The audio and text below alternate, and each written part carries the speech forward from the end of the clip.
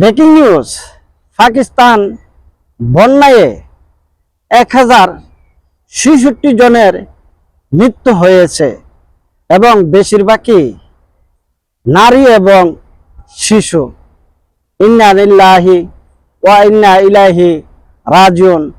আল্লাহ যেন পাকিস্তানের সেই বন্যায় যারা মৃত্যুবরণ করেছে তাদেরকে যেন আল্লাহ জান্নাতবাসী করে, এবং যারা সেই বন্যাত পানিতে আটক আছে আল্লাহ যেন তাদেরকে হেফাজতে রাখে।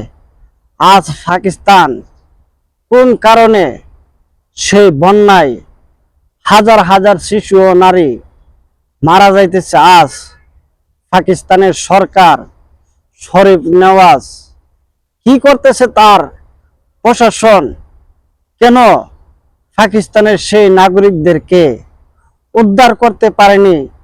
পাকিস্তানি সেনা প্রশাসন কেন তারা উদ্ধার করতে পারেনি? পাকিস্তানের সরকার শরীফ নওয়াজ কি জবাব দেবে পাকিস্তানের জনগণের সাথে? আজ জনগণ বন্যার পানিতে লাখো জনগণ তারা ভেসে যাইতেছে এবং মৃত্যুবরণ করতেছে। আজ পাকিস্তানের শরীফ নওয়াজ তার সেনাবাহিনী সেনা প্রশাসনরা আজ কোথায়?